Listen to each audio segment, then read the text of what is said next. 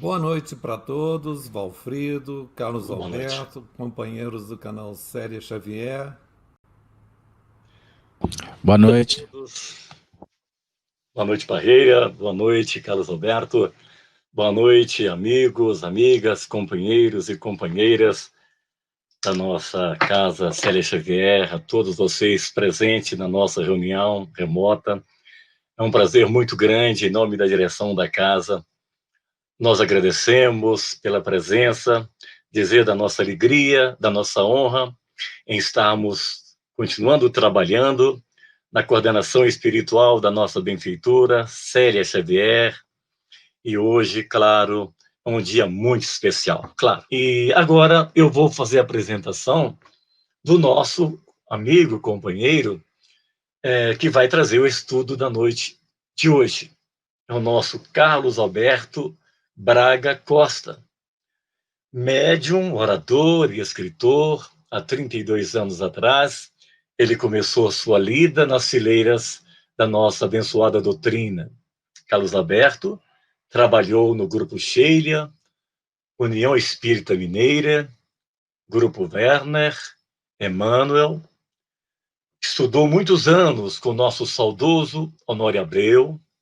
E em 2008, Carlos Alberto fundou a Fraternidade de Estudos Espíritas Allan Kardec. Beto, como é carinhosamente chamado pelos amigos e familiares, é autor dos livros que são biografias de Chico Xavier. Chico, Diálogos e Recordações, e Chico Xavier, do Calvário à Redenção. Carlos Alberto é pioneiro em palestras ao vivo desde 2012 pela internet. Já passou da casa dos 1.000 arquivos em áudio e em vídeo que são disponíveis aí gratuitamente no site da FEAC e no canal YouTube Gênese. Eu, particularmente, me sinto honrado, feliz, emocionado, porque um dia, 34, 35 anos atrás, uma amiga, uma prima foi assistir o nosso culto no lar, no meu lar, e levou um companheiro. Levou o Carlos Alberto, o Beto, que assistiu então e viu falar a doutrina espírita nesse nosso culto no lar. E olha que a semente germinou e o Carlos Alberto hoje é um grande trabalhador do movimento espírita. Eu convido então, passo a palavra para o nosso Carlos Alberto, que vai nos trazer um tema extremamente importante e oportuno. O período é de encontro conosco. Boa sorte, felicidade, muito obrigado pela sua presença, Carlos Alberto, em nome da direção da nossa casa de Célia Xavier. Um abraço. Salve, salve, salve, pessoal. É com muita alegria que estamos iniciando o nosso encontro, com o coração em festa, e espero poder atender às expectativas nesta noite bendita, de sorte que a gente possa juntos construir um momento de troca de experiência em torno da doutrina espírita, abrindo os portais das fileiras do bem, que possamos abrir o coração para recebermos a influência, a inspiração dos benfeitores espirituais, e também que possamos, nesse nosso encontro, criar aquele momento que possa atender ainda ao anseio dos amigos espirituais que necessitados se encontram, que eles possam encontrar o carinho, o acolhimento por todos nós. Me sinto honrado e com as suas palavras, Valfrido, de acolhimento, de amizade, e por certo, a vida nos concedeu essa oportunidade de nos reencontrarmos e você ter sido um instrumento para começar a falar sobre essa doutrina que se tornou o pilar da minha reencarnação. Que nós possamos juntos continuar nessa tarefa tão especial. Pois bem, meus queridos amigos, eu abraço a todos que estão nos lares, acompanhando pela plataforma do YouTube, que a gente possa, então, entrar no clima. O tema, encontro consigo. Eu gostaria de, para a gente iniciar, trazer uma reflexão. E eu vou fazer um estudo dirigido, de sorte que você que estiver em casa possa também fazer as anotações e o material se torne também elementos de estudo, de aprofundamento, uma vez que nós viemos aqui dialogar. E o nosso tempo, ele é breve, e temos que ser eficiente e objetivo. O estudo do Evangelho é uma festa. É um momento que proporciona alegria para todos que se aproximam, pois o Evangelho, como boa nova, indica para nós um novo tempo, a era do Espírito, aonde a justiça, o amor e a ciência sustentarão a nova ordem. Então nós vamos iniciar o nosso encontro trazendo a parábola do festim de bodas de uma forma resumida. O reino dos céus se assemelha a um rei que, querendo festejar as bodas de um filho, despachou seus servos a chamar para as bodas os que tinham sido convidados. Pois bem, então nós iniciamos extremamente alegres, porque estamos sendo convidados para a bodas do filho do rei. Sabemos que no Evangelho Jesus se autoproclamou o Filho do Homem, aquele que vem em nome do Pai realizar as suas obras. E a obra do Cristo, conforme apresenta Allan Kardec, inaugura um momento especial que é o amor. Lembrando que antes dele, as tradições, religiões surgiram, fundamentaram a filosofia, os egípcios contribuíram, Moisés bebeu da fonte, trouxe o decálogo, na afirmativa de Allan Kardec no Evangelho segundo o Espiritismo, que representa a justiça que prepararia o terreno para que o amor chegasse posteriormente. Mas com Jesus, a luz desce à terra para o coração. É o diferencial da filosofia, o amor, porque é o alimento das almas. Jesus se autoproclamou o pão da vida. Então ele vem ao mundo para nos fazer recordar do que as tradições já tinham oferecido. Tanto que ele mesmo disse: eu não vim mudar, eu vim dar cumprimento, eu vim experienciar, eu vim mostrar que é possível. E na realização desta obra, todos nos integraríamos, como estamos em busca de nos integrar com Deus, com a unidade divina, que é o fulcro irradiador do universo, mantenedor das leis, que são a manifestação do pensamento do Pai, controla, direciona, equilibra todas as coisas. Então, não tem como falar de Jesus sem entrar nesse grande projeto que ele indica.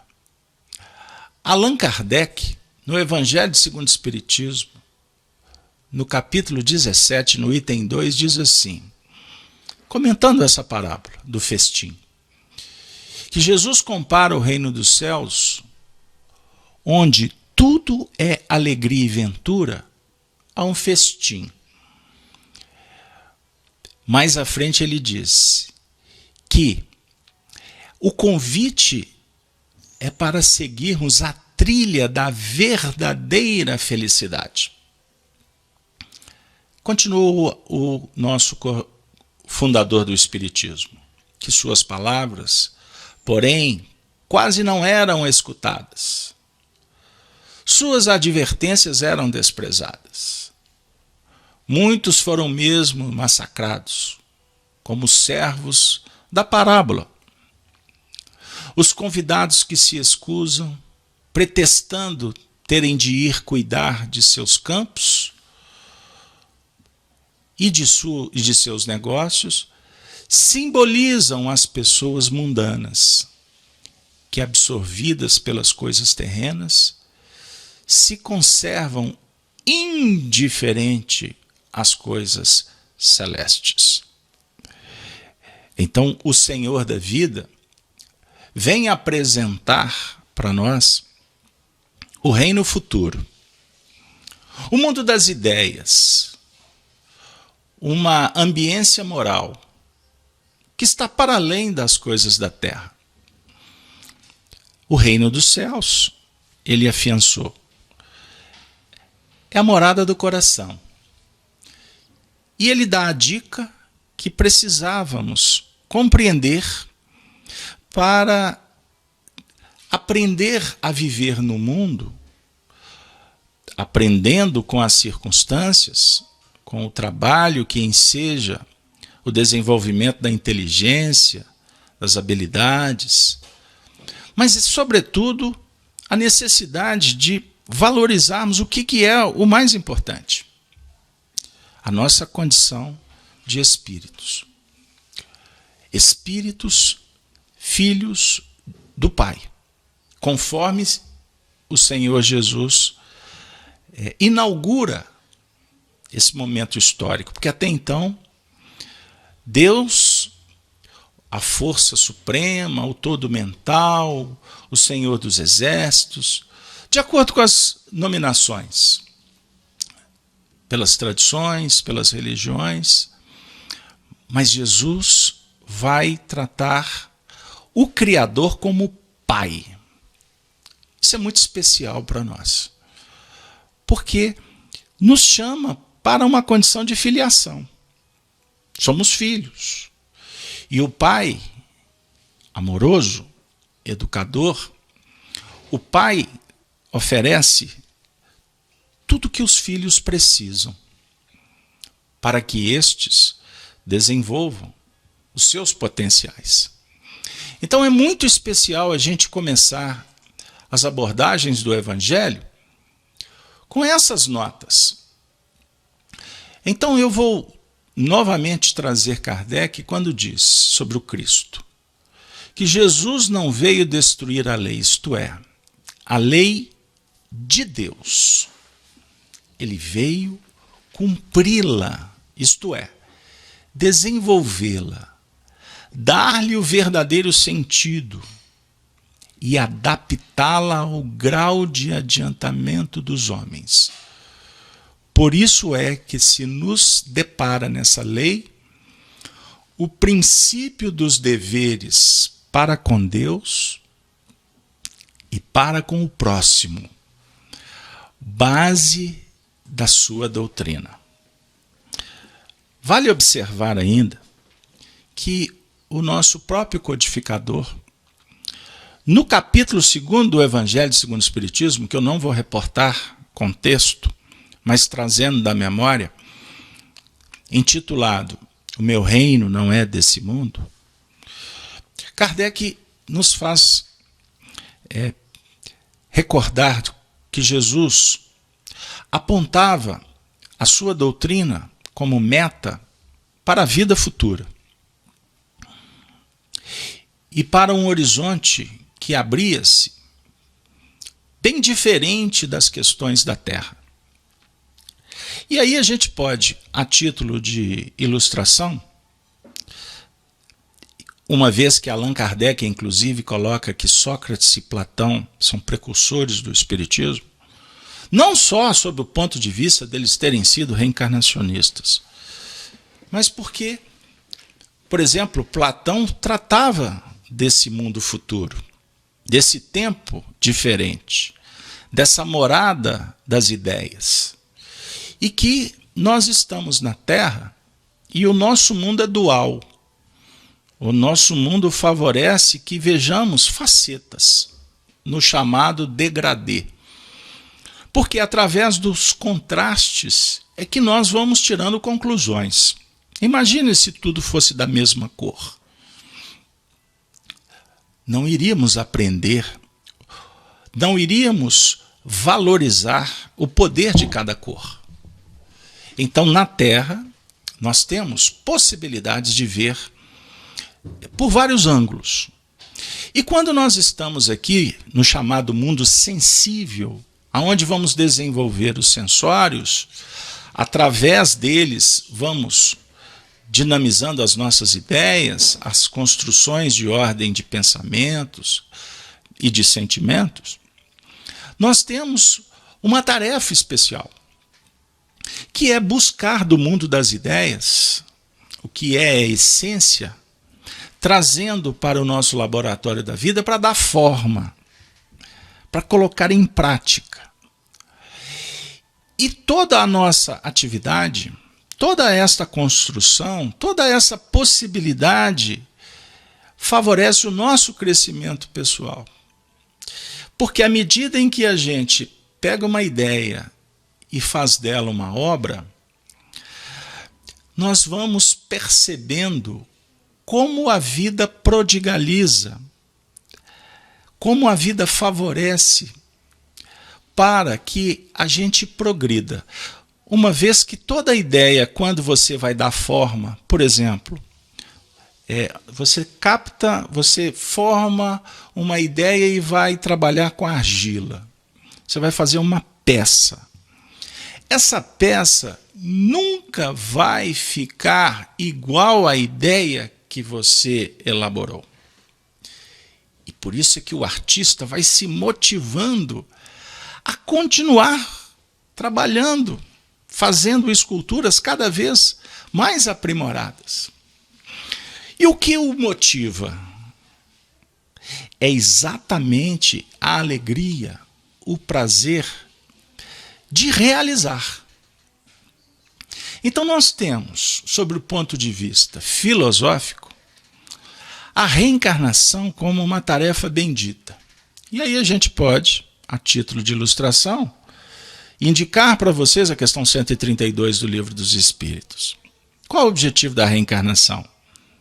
Deus impõe a reencarnação com o fim de vos fazer progredir. Para uns, expiação, para outros, missão. Mas o que é essencial dessa resposta é a projeção do progresso. Então nós estamos na Terra com o objetivo de progredir. E aí o Espiritismo, quando inaugura uma reflexão sobre o verdadeiro sentido da proposta do Cristo, ele vem dialogar sobre o ponto de vista do valor da oportunidade, do valor da vida. A gente costuma ler essa resposta, eu uso uma expressão, nós lemos de uma forma chapada. A gente lê um texto e fica muito preocupado em interpretar, em criticar, em avaliar os sentidos das palavras, a qualidade do texto, mas muitas vezes a gente perde a oportunidade de tirar a seiva do que a gente está lendo. O Valfrido lembrou no início do estudo a presença de Honório Onofre de Abreu, que nós tivemos a honra de estudar com ele. Ele batia nessa tecla permanentemente.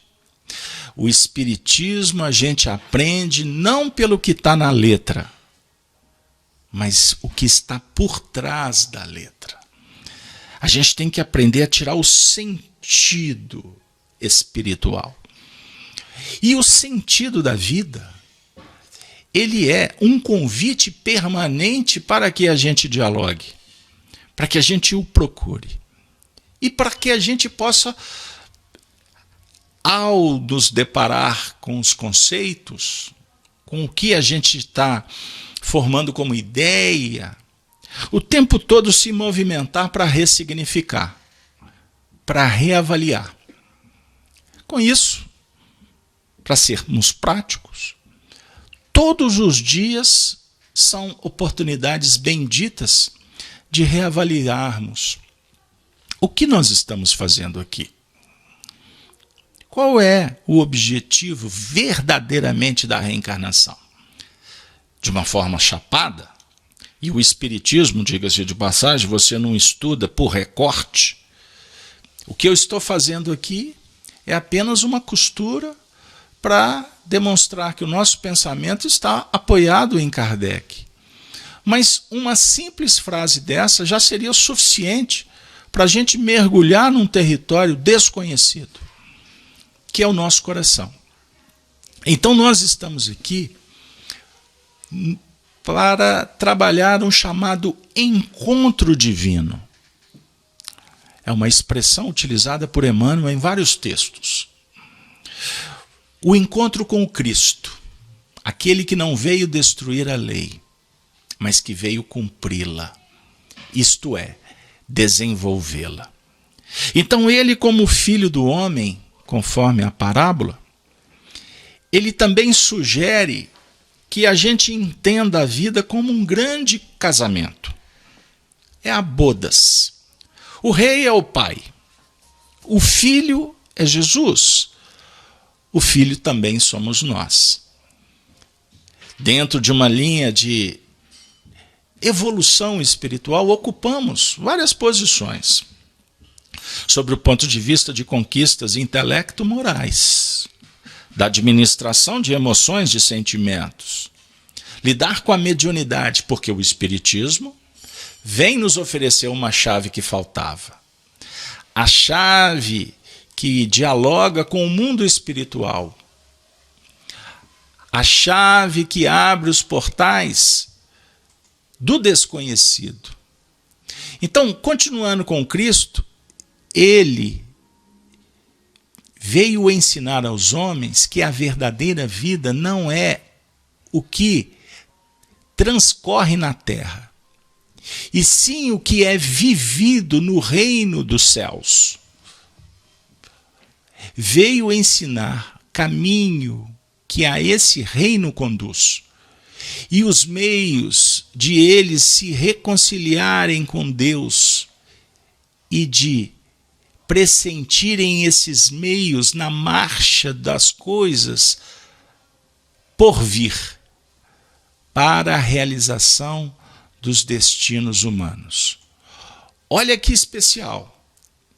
Então, o Senhor da vida, como filho mais velho, vem nos convidar para refletir sobre a importância de buscar esse caminho que vai nos conduzir à felicidade. E aí, se vocês me permitem, eu vou parafrasear Hermes Trismegisto no Antigo Egito, quando dizia que o caminho se faz no caminhar. O caminho é a filosofia, é a aplicação. O caminho não pode ser apenas filosófico. O caminho tem que ser percorrido. E essa caminhada que Jesus indica como a que vai nos elevar, a que vai nos projetar para uma vida futura mais qualificada, ela começa no agora. A partir do momento em que a gente tenha elementos que possam nos auxiliar de uma maneira fundamental, com bases sólidas, para que a gente possa vir a fazer a opção de seguir esse caminho. Porque não adianta a gente apenas ter a informação. Vocês, nós que somos espíritas há tantos anos, ou você que está chegando agora, que bênção, que festa estarmos aqui. Nós estamos contemplando esse estandarte maravilhoso que o Espiritismo nos apresenta: igualdade, liberdade e fraternidade, com a base do conhecimento e da percepção da nossa realidade como espíritos. Então temos que comemorar. Mas pode ser que para alguns isso seja apenas uma notícia, que possa significar apenas um livro que está dizendo alguma coisa, ou alguém que te encantou com histórias. Mas isso ainda não penetrou. Isso ainda não entrou dentro. Então eu vou me recordar ainda, novamente, do nosso querido Honório Abreu, quando ele dizia que uma coisa é a gente entrar para o Espiritismo. A outra coisa é o Espiritismo entrar dentro da gente. E o terceiro movimento, que é o extraordinário, é quando o Espiritismo passa a sair do nosso coração. Então o Cristo veio, indicou caminhos. Qual caminho? O caminho do bem, da prática, da vivência da lei de Deus. E aí o indivíduo que está chegando vai falar assim, mas qual que é a lei de Deus? Mais à frente eu vou dizer. Mas são indagações oportunas, importantes, porque a dúvida, quando surge de uma forma sincera, ela é legítima. E a dúvida é que nos faz movimentar. Como os animais, numa assertiva de André Luiz, eles vão dando alguns saltos evolutivos pela curiosidade, como um cão, porque ele não tem pensamento contínuo. Nós, homens, já temos o nosso pensamento que vai se encadeando. Por informação do Espírito Emmanuel, André Luiz, nós temos, por exemplo, cerca de 100 mil pensamentos por dia. Imagine o que é isso. Você já contou? Você já parou para avaliar quantos pensamentos que você tem ou teve hoje? Então, dependendo da capacidade do espírito, isso pode variar. E o que é mais interessante, quanto mais evoluído o espírito, não só quantidade, mas qualidade. Então, o pensamento também tem qualidade. Aliás, para não perder a viagem, pensamento é energia eletromagnética na definição dos espíritos, espíritos sérios, que dão prosseguimento ao pensamento de Allan Kardec. Kardec vem inaugurar para nós, resgatando a teoria de Franz Mesmer, que o nosso pensamento, a nossa vontade, manipula um fluido. O fluido como matéria básica da vida, o fluido cósmico universal. Então o nosso pensamento viaja, como o ar faz com que o som se movimente. O fluido cósmico universal é como o ar para o som. O mecanismo que faz com que os pensamentos se propaguem. Então, a ideia, ela pode se tornar um corpo com vida. Então, tem direção, tem qualidade, tem cor, tem cheiro. Um bom pensamento constrói. Um pensamento nas faixas complexas das imperfeições causam rupturas, destrói. Observem bem. Então a gente vai passeando para chegar num ponto especial que o Espiritismo apresenta para a gente. Falando do Cristo. Que ele, o Cristo, não disse tudo. Limitando-se, respeito a muitos pontos, a lançar o germe de verdades que, segundo ele próprio declarou, ainda não podiam ser compreendidas naquele tempo. Falou de tudo, mas em termos mais ou menos implícitos, para ser apreendido o sentido oculto de algumas palavras suas, mister se fazia que novas ideias e novos conhecimentos lhe trouxessem a chave indispensável. E essa chave, para não me alongar nos conceitos, o Espiritismo se transforma. Eu estou citando aqui o Evangelho segundo o Espiritismo, no seu capítulo 1, ok? Então, naquele tempo, ele não podia dizer tudo, mas ele sintetizou apontando para nós, repetindo, a nossa condição filial, porque Deus é luz, ele é luz do mundo, mas ele também afiançou que nós somos luz. Capítulo 5 do Evangelho de Mateus. Vós sois o sol da terra, a luz do mundo. Estão lembrados? Então, luz é o símbolo da nossa condição de espíritos. Então, não confunda o espírito com a luz. Tá? Isso é uma figura. Mas o espírito pode irradiar luz. Aí o próprio Cristo, de uma forma simbólica, disse: portanto, brilhai a vossa luz. Andai enquanto tendes luz, para que a luz que há em ti não seja treva. E a treva, então, configura uma batalha que se perpetua na filosofia, nas tradições religiosas. A batalha entre o bem e o mal. E o Espiritismo, como essa chave bendita, vem dialogar conosco sobre essa luta que está sendo travada. E que, sobre o ponto de vista psicológico, avaliamos como conflitos, como desconfortos em função das inibições, das disfunções, enfim, catalogações de doenças mentais que, na verdade, vão definindo um grau de desarmonia quando não conseguimos administrar essa luta entre o bem e o mal. Em filosofia, se discute que todos desejamos a felicidade. E aí nós vamos nos deparar com o Livro dos Espíritos com uma questão muito especial. 920. Kardec perguntou assim: pode o homem gozar de completa felicidade na Terra? Resposta: não.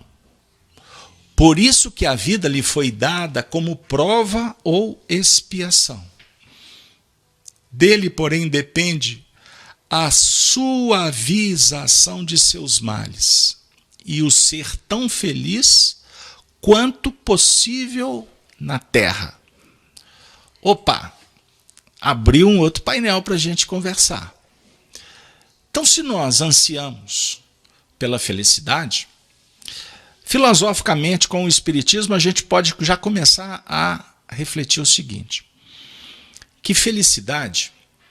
Vocês que são antigos como eu, vão se recordar que na década de 70 tem uma música que nas minhas palestras eu sempre recordo quando toco na felicidade.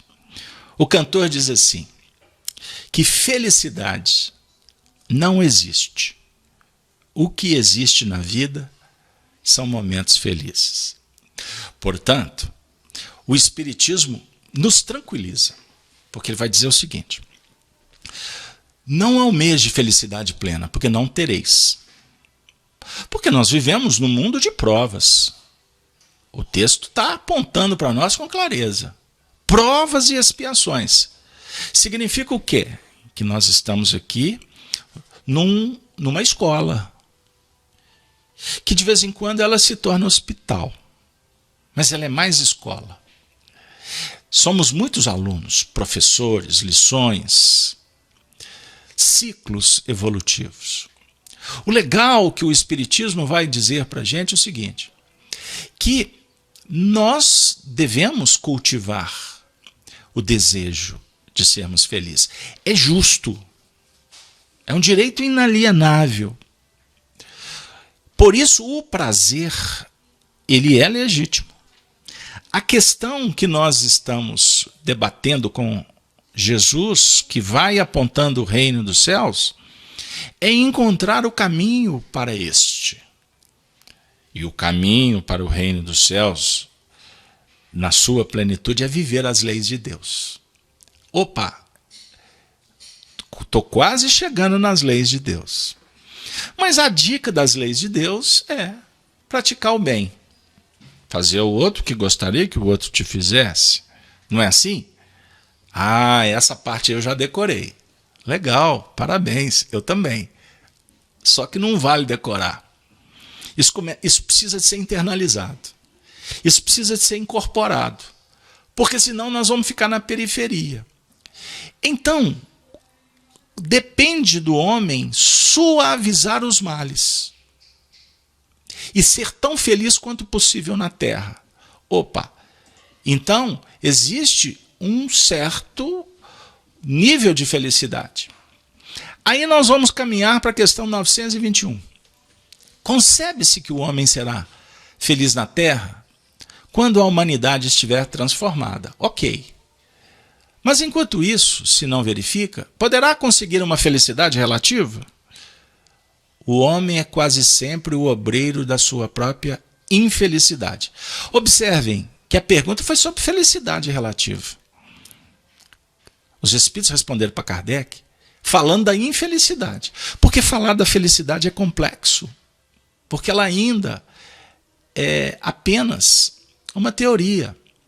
É mais fácil para eles nos mostrar que nós é que criamos a própria infelicidade.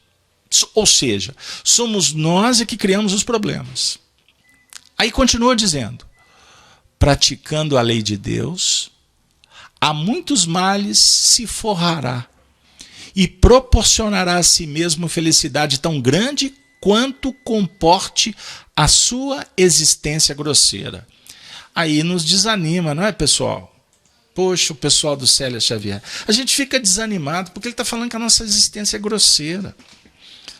Ah, não se preocupe. Os espíritos não estão desconsiderando. Eles não estão falando dos nossos corpos. Eles estão falando das nossas opções, das nossas escolhas, que nós colocamos máscaras. Somos nós que colocamos os impedimentos. As camadas grosseiras sobre o ponto de vista psíquico, somos nós. Então, a luta que o Espiritismo nos oferece nos tempos modernos é trazer Jesus de volta para tirar a seiva do que ele propôs, que foi amor. E agora com o Espiritismo, uma linguagem que dialoga com a psicologia, com a fisiologia, que dialoga com a física, que dialoga com todas as ciências acadêmicas e com a ciência do viver.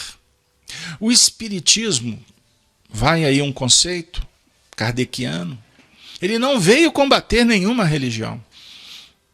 Revista Espírita, 1863, isso aí. Ele não veio combater, pelo contrário, o Espiritismo veio fortalecer as religiões. O Espiritismo não veio disputar espaço. O Espiritismo veio dizer que a cada um segundo suas obras e seja feliz aonde você tem preferência. Mas o Espiritismo dá ferramentas para que a gente venha discutir uma religião diferenciada, que é a religião natural, que parte do coração. A religião no seu sentido de sentimento sagrado. Observem bem, Allan Kardec trata a religião como sentimento. Emmanuel corrobora, desenvolvendo essa reflexão como um aprendiz de Kardec. A gente tem que trabalhar nesse sentido.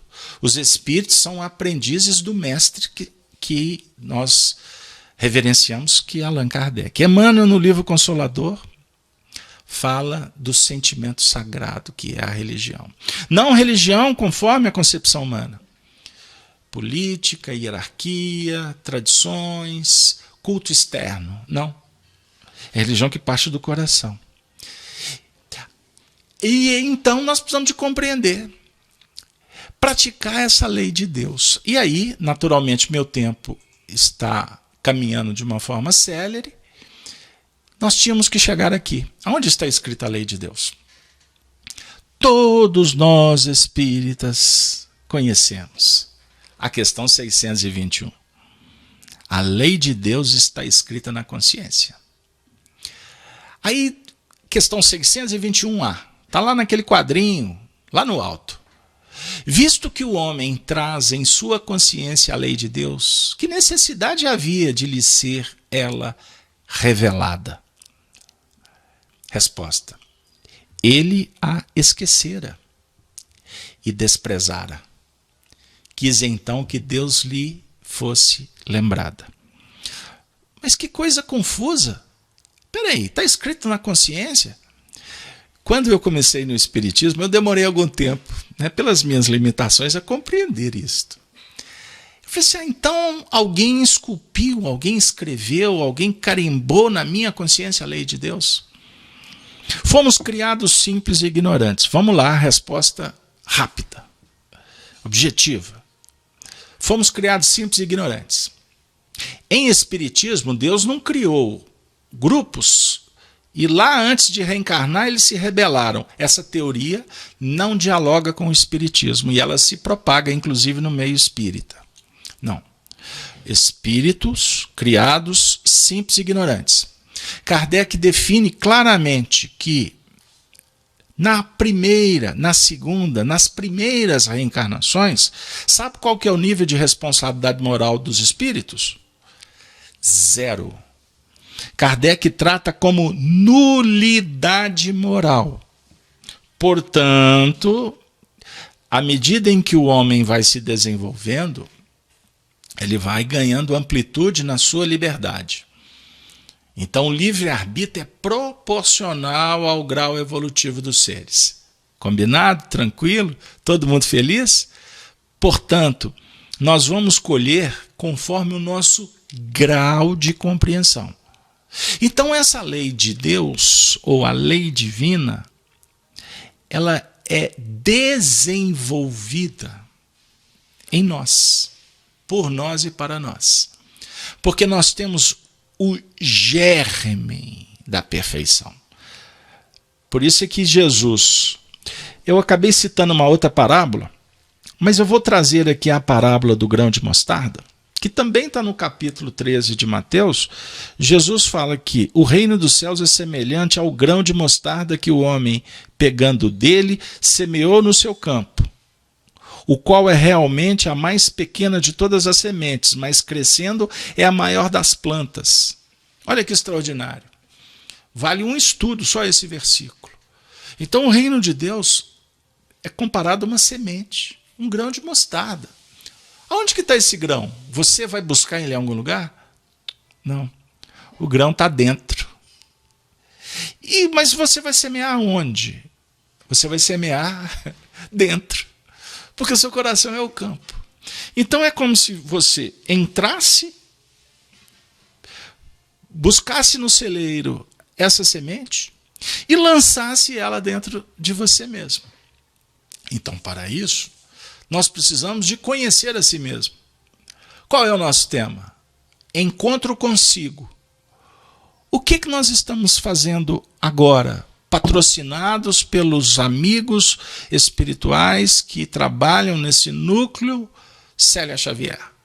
Desde a década de 40, Arnaldo Rocha me contava tantas histórias de visitas dele com Chico Xavier no Célia, nos tempos do Peralva e tantos companheiros. Pois bem, nós que estamos agora no Célia Xavier, estamos sendo convidados para encontrar com Jesus, através do Espiritismo. Nós estamos sendo convidados para encontrar conosco mesmo. Aí nós vamos chegar na questão 919.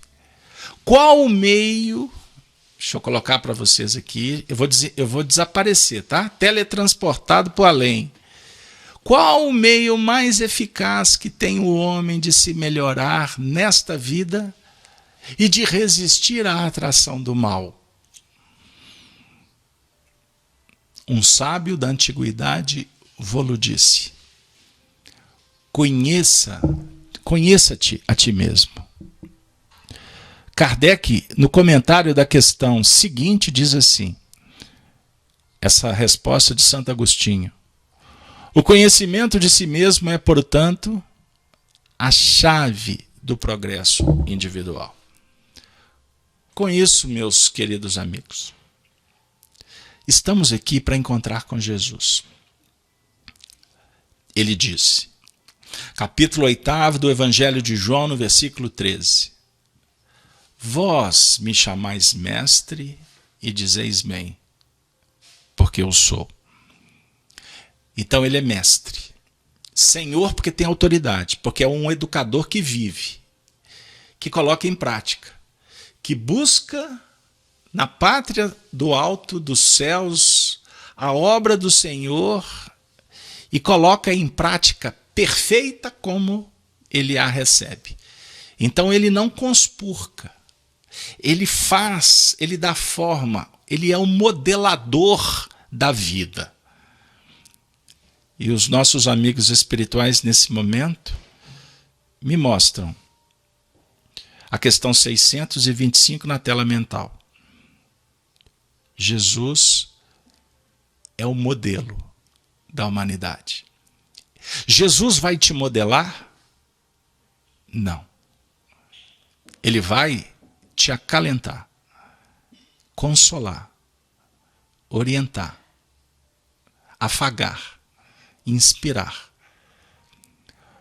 Mas o modelo do filho que está festejando o casamento, e o rei convidou a todos nós, é o nosso futuro, que compete a cada um de nós ir construindo a cada momento, a cada etapa. Isso é muito especial. Então a lei de Deus é a lei natural. Questão 614. A lei natural é a lei de Deus. É a única verdadeira para a felicidade do homem. Indica-lhe o que deve fazer ou deixar de fazer, e ele só é infeliz quando dela se afasta. Amigo, amiga, senhoras e senhores, com todo respeito, a lei de Deus tem que ser compreendida. Nós temos que aprender a ouvi-la. Ela está dentro da gente. É eterna a lei de Deus? É eterna e imutável como o próprio Deus que dialoga contigo, comigo. Dialoga nessa sala, nesse momento, espargindo bênçãos. O objetivo da humanidade, concluímos com Paulo de Tarso na questão 1009 do Livro dos Espíritos. Gravitar para a unidade divina. A unidade divina é a perfeição, conforme ensina Kardec no livro A Gênese. Eis o fim da humanidade. Para atingi-lo, 3 coisas são necessárias: a justiça, o amor e a ciência. 3 coisas lhe são opostas e contrárias: a ignorância, o ódio e a injustiça. Caríssimas senhoras, queridos companheiros, Sócrates dialogou com a humanidade como um dos maiores filósofos que não escreveu nada. Seu pensamento traduzido por Platão. Em Delfos era um princípio dos filósofos. Conheça a ti mesmo. Domina a ti mesmo. Transforma a ti mesmo. O encontro consigo é para que a gente possa desenvolver, para que a gente possa crescer, progredir. Sob o ponto de vista da administração interior, religiosos, filósofos, acadêmicos querem mudar o mundo de fora. Jesus veio nos dizer que é necessário transformar aqui dentro. Porque modificando, fazendo luz, essa luz será vista pelos homens. Quando nós queremos que os outros vejam a luz, essa luz é treva, ela é vaidade. Mas quando simples, puros, destemidos, corajosos, investimos nas virtudes. A humildade silenciosa, a simplicidade desprendida, a amizade fervorosa, a fé que alimenta, que indica.